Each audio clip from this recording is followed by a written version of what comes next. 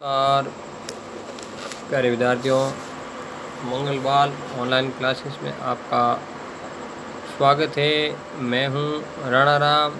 आज क्लास 5 विषय पर्यावरण का पाठ संख्या 2, जिनका नाम है परिवारों का आना जाना। यानी पिछले जो अध्याय यानी पाठ नंबर 1, जिनका नाम था रिश्तों की समझ, जिसमें हमने रिश्ते नाते, उसी प्रकार एक पिताजी में कौन से गुण होते हैं, बच्चों पिताजी के गुण बच्चों में आ जाते हैं, आनुवंशिक के बारे में हमने पढ़ा था। तो अब हम लोग पढ़ेंगे परिवारों का आना जाना। परिवार यानी कि आपको पता है, जिसमें माता पिता, दादा दादी, नाना नानी सब लोग मिलके एक साथ रहते हैं, उसको हम परिवार बोलते हैं, जिसको इंग्लिश में बोलते हैं, अंग्रेजी में बोलते हैं फैमिली।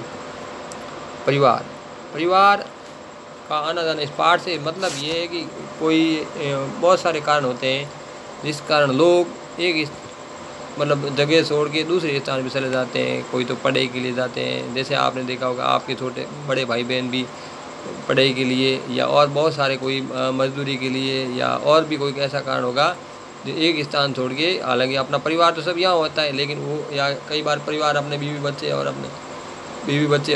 पिता, जो आपके माता पिता भी दूसरी जगह शहरों में जाते हैं। तो उनका मुख्य उद्देश्य केवल और केवल व्यवसाय करना, या रोजगार जैसी समस्याएं हैं, या कई बार आपको पता है बाढ़ आ जाती है या अकाल आ जाता है। इस कारण भी हमें एक स्थान से दूसरे स्थान पे जाना पड़ता है। तो इस पाठ में एक लड़की के बारे में बताया गया, जो संतु नाम की लड़की का क्या नाम है, संतु, जो किसी का एक उनके गांव में अकाल पड़ गया, या बहुत काफ़ी समय से बारिश नहीं हुई। इस कारण उनको दूसरे गांव में पास में समाचार मिला कि भाई दूसरे गांव अच्छी वर्षा हुई है। क्या हुई है प्यारे बताओ, अच्छी वर्षा हुई है, तो उस गांव में वो जाके अपनी खेती बाड़ी कर सकेगी। और इस कारण उनको भी अपने पिताजी के साथ, माताजी के साथ, अपने परिवार के साथ एक स्थान से दूसरे स्थान पर जाना पड़ा। तो प्यारे विद्यार्थियों, आपको आज चिंतन करना है कि भगवान आपके साथ ऐसा न करे। कई बार आपको ऐसी मुसीबत आ जाती है कि आपको अपना गांव, परिवार, या बहुत सारे लोग हम देखते हैं, बहुत अपने आसपास देखो, जो कर्से वगैरह दो लोग रहते हैं, दूसरे के खेतों में काम करते हैं, तो वो भी अपना घर बार, परिवार वगैरह, जो उनके माता पिता, बूढ़े माता पिता हैं, उनको छोड़कर या रोज़गार के लिए ज़रूर आते हैं। तो इसमें यही बताया गया कि संतु नाम की लड़की है, जिसके गाँव में अकाल पड़ गया, या बरसात बहुत कम हुई, या न के बराबर हुई, अकाल हो गया। तो वो पड़ोस में उनको समाचार मिला कि उस गांव में अच्छी वर्षा हुई है, और फिर वो अपने परिवार, पशुओं को लेकर वो अपने गांव चली गई। और कुछ समय बाद, 2-3 साल के बाद, जब वहाँ पे व्यापार कृषि वगैरह की, फिर जब गांव में वापस बरसात हुई तो वापस अपने गाँव में हुई। तो प्यारे विद्यार्थियों, आपको आज ये पता लगाना है कि आपको ये पता लगाना कि आपका परिवार कहाँ से आया या कहाँ गया। कई बार आपके साथ भी इस प्रकार की कोई समस्या हुई होगी। संतु को दूसरे गांव में जब वो चली जाती है, तो उनको किन किन समस्याओं का सामना करना पड़ा होगा, ये आपको कल्पना करके बताना है। संतु नाम की लड़की है, जिनको दूसरे गाँव में, यानी एक स्थान छोड़ के दूसरे गांव में, तो उनको सबसे पहले आपको पता है, रहने के लिए आपको पता, आवास की सबसे पहले समस्या होगी कि भाई रहे तो किस जगह रहे, क्योंकि वहाँ अपना कोई रिश्तेदार वगैरह भी नहीं है। तो सबसे पहले संतु को रहने के स्थान, यानी आवास की समस्या का सामना करना पड़ा। उसी प्रकार अगर वो किराए पे जगह ले लेती, तो इतनी बड़ी, जैसे घर जितना होता है उतनी बड़ी उनको जगह नहीं मिल पाती। तो इसमें लिखना है, सबसे पहले संतु को रहने के स्थान यानी आवास की समस्या का सामना करना पड़ा। फिर किराए पे सही जगह मिल जाने के कारण काफ़ी मशक्क़त करनी पड़ी, काफ़ी सारी कोशिश।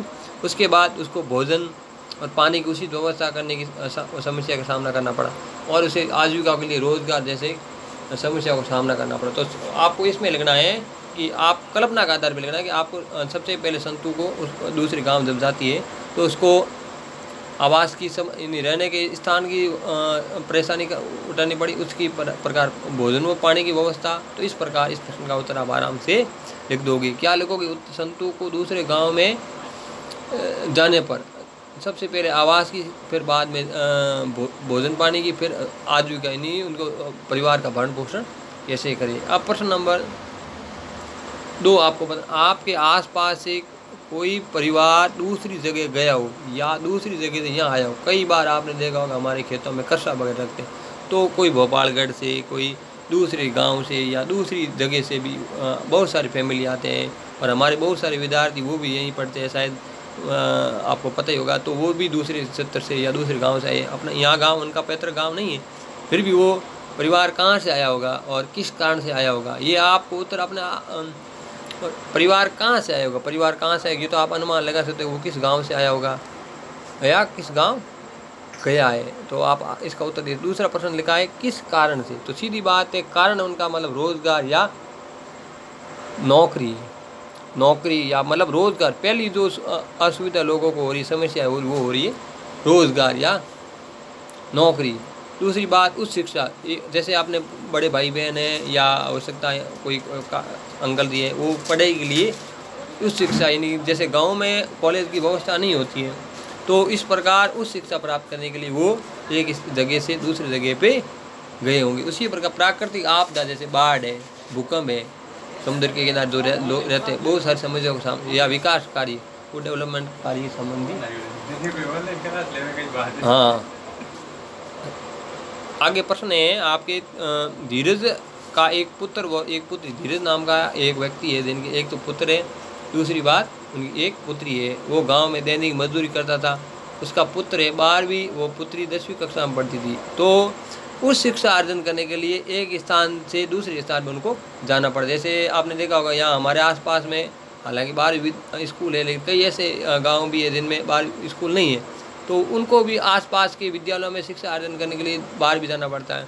तो उनको शहरों में जाने के बाद एक पहली बार समस्या आती है, उनको छोटा कमरा मिलता है, वो भी किराए भी मिलता है। गांव में ऐसी कोई समस्या नहीं है, फिर खाना भी उनको खुद को बनाना पड़ता है। तो इस प्रकार बहुत सारे रोजगार है, कुछ शिक्षा है, प्राकृतिक आपदा है या विकास कार्य आदि संबंधी।